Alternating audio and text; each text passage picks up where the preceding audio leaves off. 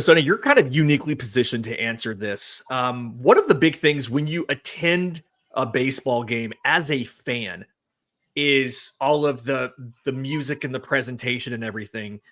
I guess two questions here. One, from the player perspective, how much do you pay attention to that stuff? And then do you find it more entertaining as a college player or a professional player? Well, interestingly, in low A, we played a game that was completely silent. I'm not sure Really? what. Yeah, I'm not sure what. It was some type of night.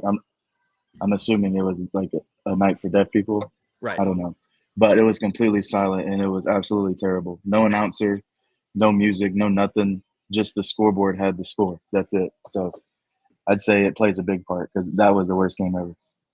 Okay, there you go. Yeah. Do you think that the presentation in college or the presentation in the minors is better as far as like the walk-up music, the between innings games? Like I know Auburn's media team's pretty good. Like do we like is Rocket City's better than Auburn's or kind of how does it go? Or I guess how much do you guys even pay attention to that stuff when you're in the game? I'd say more college. College is better. They're more focused on the players, whereas like the pro teams are more focused on other things because you have to be That makes sense, I guess. to make money. And I do think it's like the more games that you play, the more games that you have, the harder it is to come up with things that are new and unique and interesting. And Auburn's playing less home games than Rocket City is, and Rocket City's playing less home games than LA is. And that makes sense. Okay. Yeah. Welcome into the Barn Baseball Show, by the way, everybody. Lindsay Crosby, Sonny DeShera. Bradlaw is currently traveling to Oxford right now. Couldn't be on the show today. He sends his wishes, though. Speaking of Oxford, I want to break down this Ole Miss matchup. It's a really interesting situation for Auburn right now. We talked about Jacksonville State on Tuesday was a lot of downside, no real upside, and you still found a way to get some upside because it was just a destruction.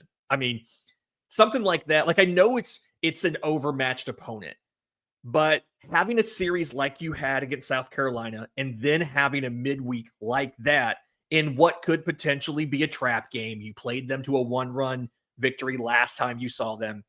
What does that do to like the confidence and the mindset of the guys in the clubhouse going into the final week? Like, because you need to have a good weekend to lock up a national seed and and all of that. But what does some dominance like that over 4 games do for you guys?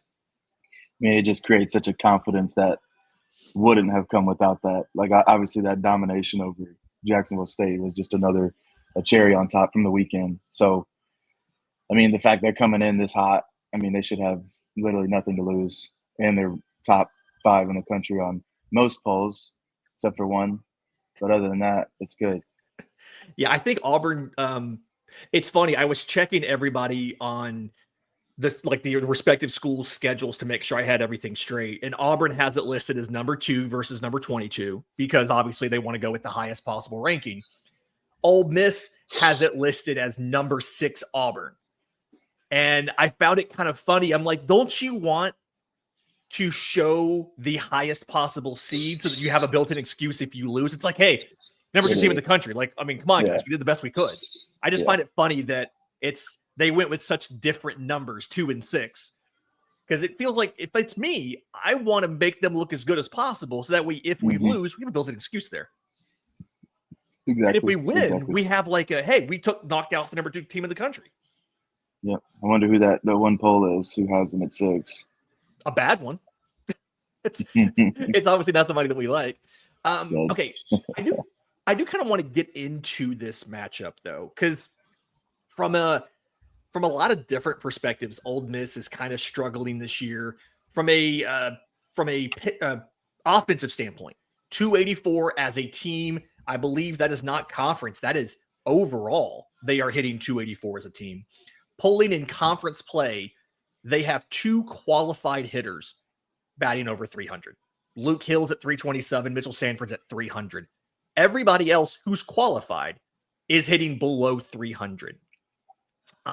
This feels like a classic Auburn pitching needs to just do their thing that they've always done, and they should be fine situation, right? Yeah, for sure. Yeah, I mean, how's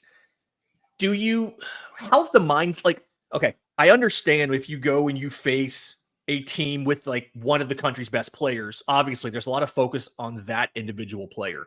But when you have a team that, again, 2 guys batting over 300, but then there's 5 more guys between 250 and 290, what's the message as far as like, do you just have to do your thing every pitch? Like when you can't focus on any one person, how do you prepare for a matchup like this?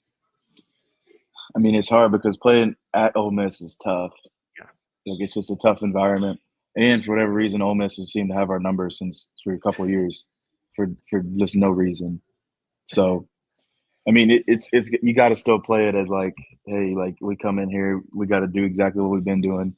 They don't really care who you're playing, type of thing, and just go with the plan that they've been playing. Yeah. To your notes, well, I will say, recent history for Auburn's been better. So Auburn swept Ole Miss last time they went to Swayze Field, which was 23. Yeah, First and they were time, terrible. Yeah, Ole Miss was terrible. They were awful. It's like the first time that Auburn had won the series there since 2012. So to your point, like Ole Miss has been very good against Auburn in their history. Yeah. But there was just like the last time they were there, it went really well. I'm trying to find the actual. Here we go. In Oxford, Auburn trails the all-time series 36-54-1. So they've been over history, which doesn't. How much does that really matter? Like, it's not the same teim. I always thought that was odd. It's not the same team, right? I mean, Auburn swept them last time there, and the record still is 20 games apart. Yeah. So it's going to take a long time to fix that. But no telling how good Auburn was back in the day when they were really playing each other all the time. True. Who knows? That kind of does make me wonder, like how. If you like as a player, if you were to hear a stat that like say, hey, we haven't won a series here in a decade, how much do you care? Because it's like, it's not like it was us failing over and over again. It was dudes that aren't here anymore. Like, how much does that matter? Is it just one of those, like, it's in the back of your mind? Would you rather just not tell you at all?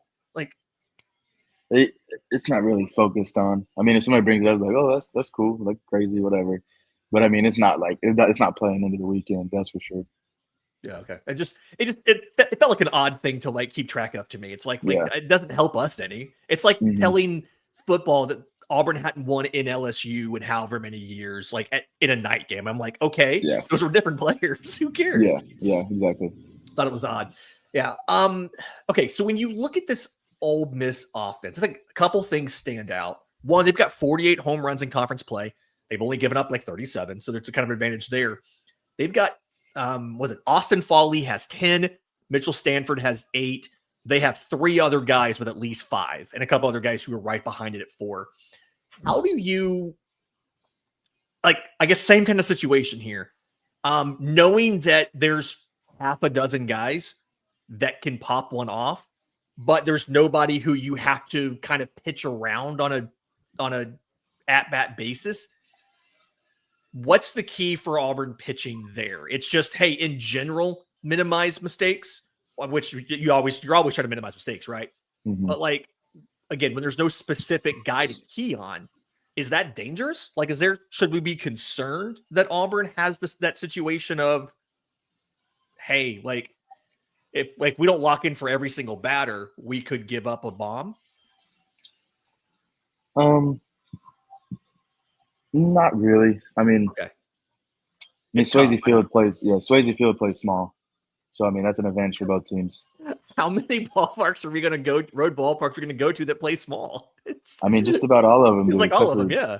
Like Texas A&M doesn't play small. It's a big park. Bluebell's a big park. LSU is a big park. LSU also has turf, though, doesn't it? Like, so it also plays fast. LSU? Doesn't it? LSU does not. No, okay. No, I'm thinking somewhere else. Okay. But, I mean, no, you don't really have to pinpoint anybody. I guess it's just more fill up the zone, and just lay off the middle, because it is a little scary that you got half a dozen guys that can go deep at any time. Yeah. But it's also like, just make your pitches. And if one does happen to go deep, so be it. Just limit that bleeding there. Yeah. And then it also feels like they've got a couple stolen base threats. I mean, they've stolen 30 bags in conference play. 11 of them are Luke Hills. Like he's like third on the team in RBI. He's first in batting average and SEC play and all of that. But it's like him, Mitchell Sanford, who's also batting over 300. It's like 5 for 7. But the thing that stands out to me is everybody feels like they're a little inefficient with their stolen bases. Like almost everybody who's stolen 2 bags or more has also been caught at least once. The comparison that I make is like a point guard that is aggressive. They have some turnovers, but they have plenty of stolen bases. Is this something like being 30 at 39 on stolen bases? Is that too many caught stealings, or is that like the right level of aggressiveness when you have an offense that has struggled a little bit, maybe to string together multiple hits and stuff like that, you know? Yeah. I mean, 30 of 39 seems pretty good, like if you look at the number, but it looks like they're kind of picking and choosing when to go. They're not just like, is that just in conference play, right? 30 of 39? Yeah, that's just conference play. Yeah. I mean, that's a lot of stolen base attempts in 20-something games. Like by contrast, we're 26 of 32 in 27 games. Yeah. So we steal about 1 a game, and we get thrown out maybe once every 5 games or something. Yeah, no, they're and I'm sure they're not stealing in the games they're losing either. Like the games are getting beat bad. So right. That's a lot of stolen base attempts. And I mean, I think Frelick and the pitchers handle it pretty well. Mm-hmm. And so I don't know. I don't think that's something that's going to play into this weekend either. Obviously, if it's a close game, I'm sure they're going to be looking for it. But, it's just a tough series. Auburn's looking to just get one for the national seed lockup. And then Ole Miss is trying to get their seeding in the SEC better and try to get to host a regional. I mean, if Ole Miss does something here this weekend, they could be in the regional host conversation. Just about, and obviously if they go to SEC tournament and win a couple games as well, but everything's kind of up in the air at this point right now at the end for Ole Miss, not for Auburn. Yeah. All right. I want to get to the pitching here in just a minute, but I want to kind of keep on the position player conversation, but from the Auburn side. Mm-hmm. Ike Irish batting .394 for Auburn in conference play. Chris Rembert is batting .394 for Auburn in conference play. I know we've talked about Rembert's chances of winning freshman of the year. I still think he's probably 1 or 2 here. But Ike Irish as player, like SEC player of the year, how realistic is it that he could win this?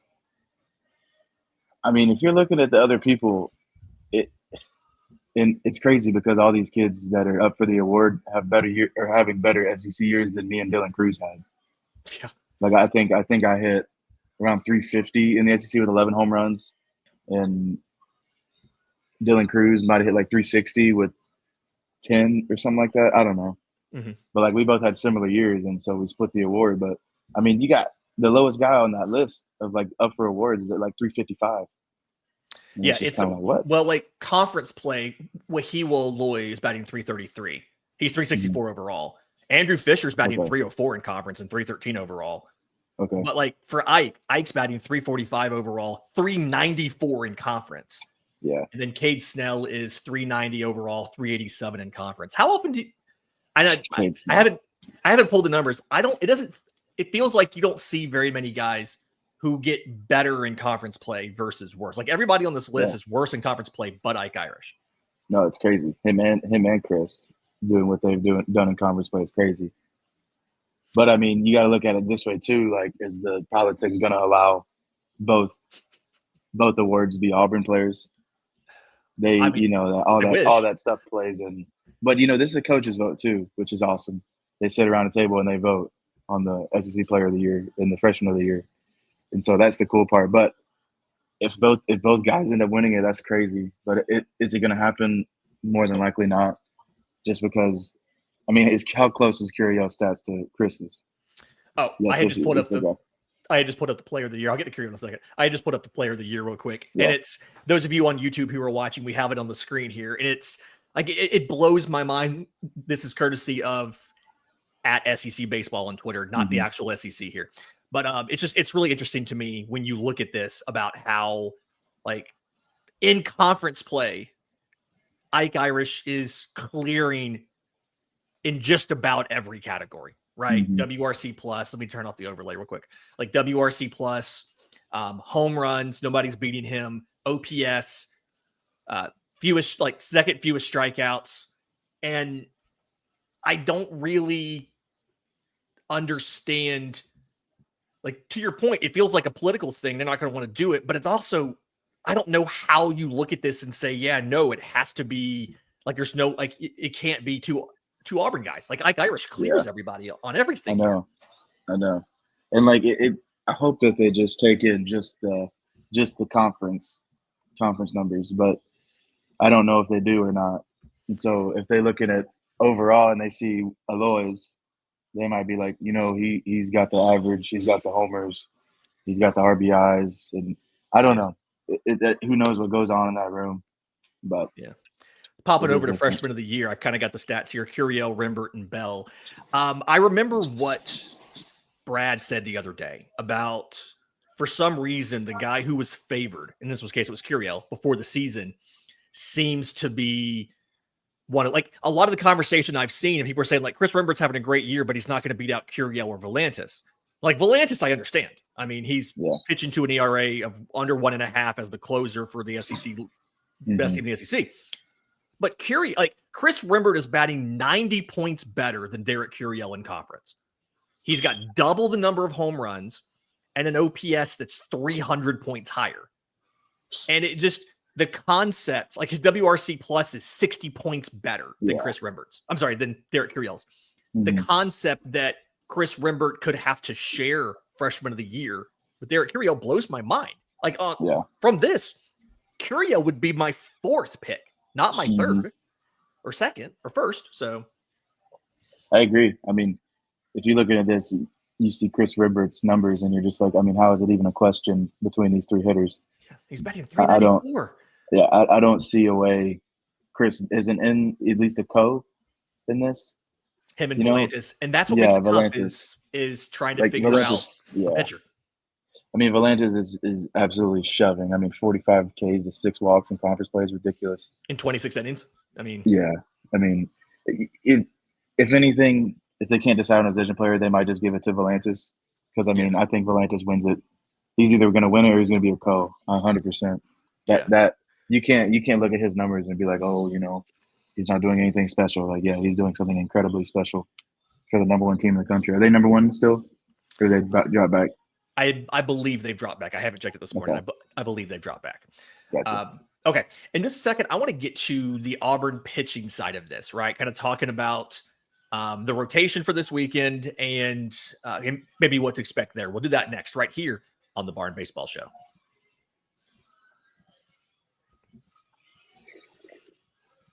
Welcome back to the Barn Baseball Show. Lindsay Crosby, Senator DeShera, breaking down Brad Law's on the road to Oxford.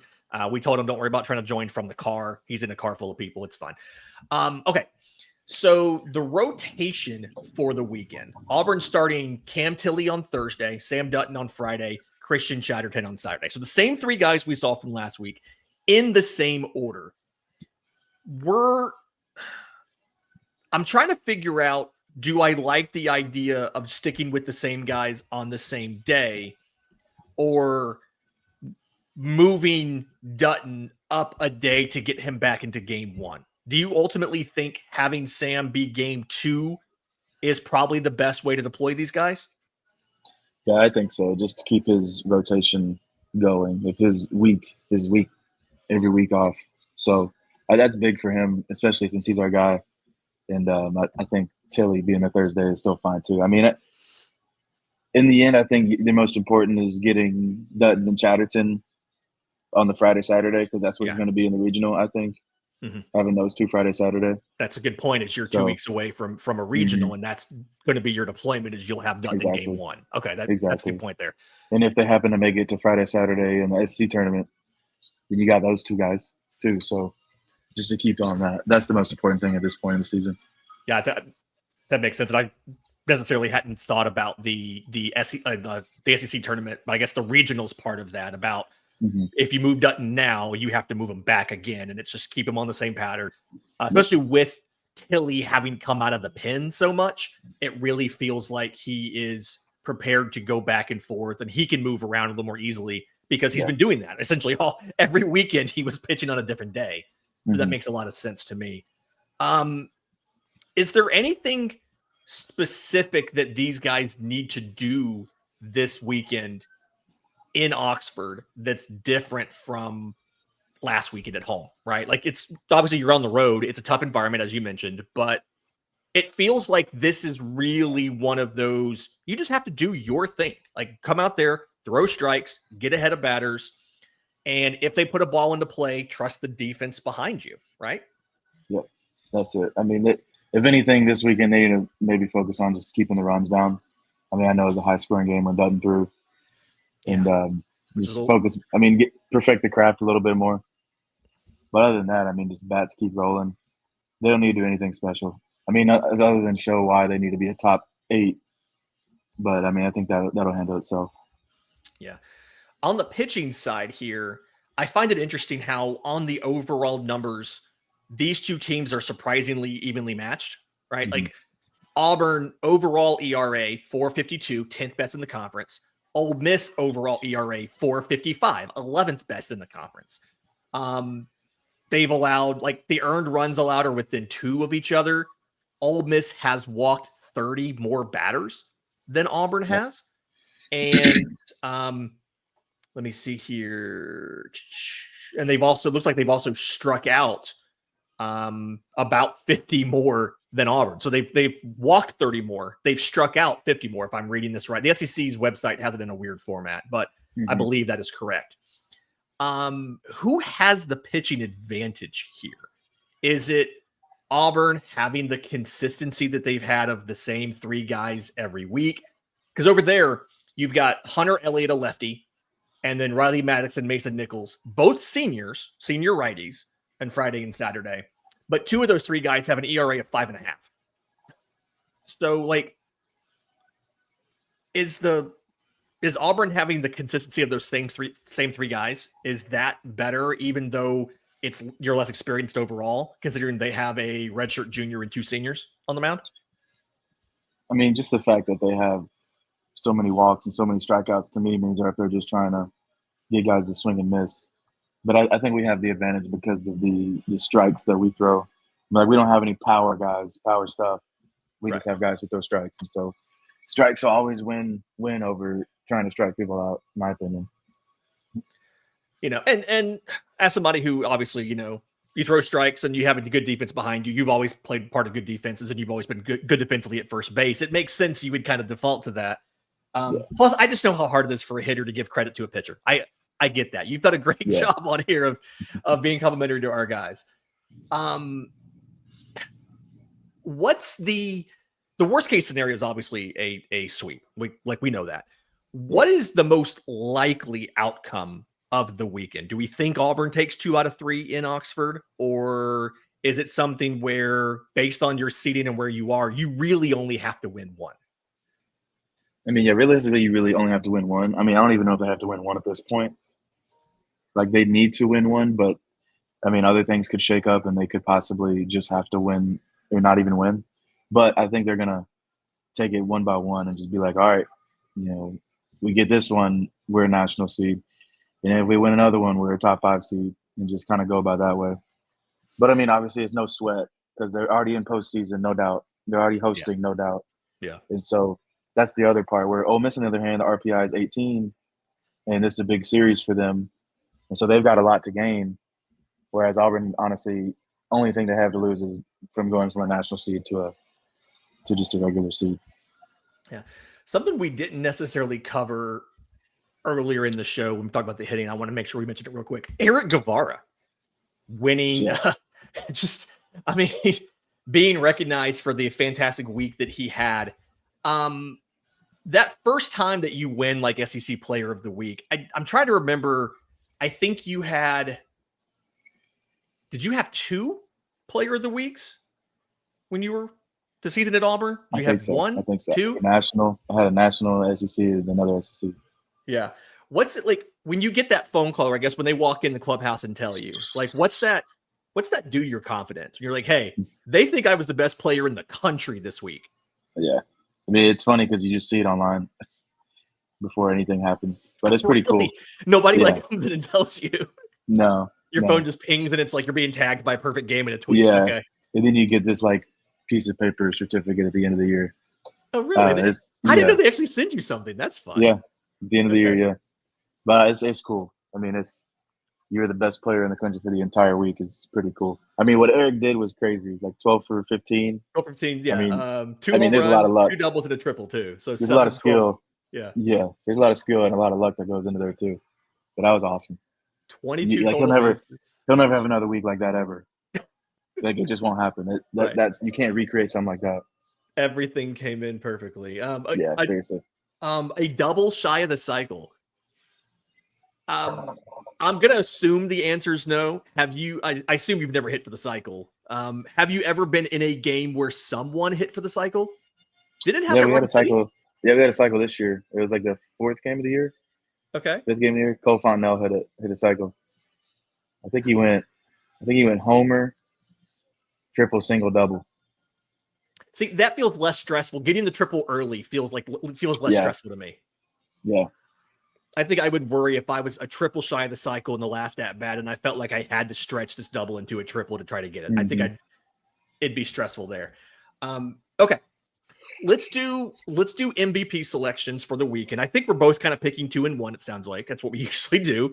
Yeah. But I think the rules I'm going to put on this here, the arbitrary rules, we can't pick Ike Irish, and we can't pick Chris Rembert, because those are, I think, the 2 obvious selections from the offense for the weekend. So if you had to pick an MVP outside of those 2 guys, who were you going with? I'll let you go first. That way it's I'm not taking your guy.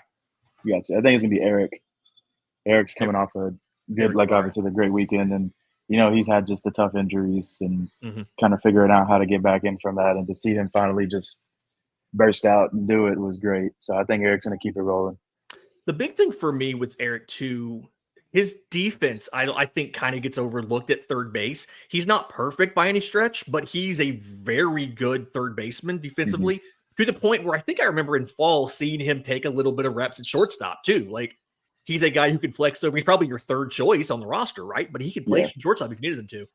And I think that kind of gets, if I remember right, against South Carolina, he didn't have any defensive errors. It's good throws over there. So I think that's a good one. I think I'm going to go with Chase Fralick. We talked about them trying to steal bases, and they're a little bit sloppy with it.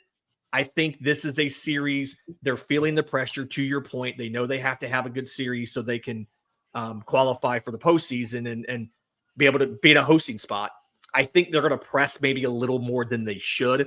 And I think Chase's ability to cut down some base runners is really going to help, especially because you're not starting a lefty in either of the 3 games. You got 3 righties. Yeah. And so it's going to be a lot of that's going to go on him, either calling for the pitcher to pick over or, back picks or throwing down and getting him at second base. So I give me our friend of the show, Chase Fralick, to have a big one there. Which starter do you think comes out of the weekend with the biggest pitching performance? Is it Sam Dutton? I think Dutton. Yeah, Dutton bounces back. He gets out there and just does his thing again. I think Dutton bounces back, but I think I'm going to say Cam Tilley finishes his outing, and we say that might be the best starting pitching outing of the week. I just feel like this is the week. They're pressing a little bit. He's got really good swing and miss stuff. He probably has the best swing and miss pitch of everybody who's starting over the weekend. It just feels like if the controls dialed in, he has an opportunity to really rack up strikeouts in a hurry. So I think that's my pick there for pitching, but I do think Dutton's definitely going to bounce back. And at the end of the year, we're going to look back and say, like, this was the start of dominance. He started here in Oxford. He took it all the way through Hoover, through the Auburn Regional and Supers, and into Omaha. So yeah, because he needs to be that third solidified starter. If they have to go to, say they get to a Super and they're playing game 3 and they got to have it, they need to have him there ready. There you go. Yeah, I agree with that. This has been the Barn Baseball Show. Again, Auburn takes the field tonight against Ole Miss. The schedule, I'm trying to get that back up real quick. They play tonight at, oh my gosh, come on. Scrolling way too far here. Tonight at 6:30 p.m. That is streaming Friday night at 7. That is on SEC Network on linear TV. And then Saturday's finale is at 1:30 p.m. Central. Okay, for Sonny the Sheriff, I'm Lindsay Crosby. This has been the Barn Baseball Show.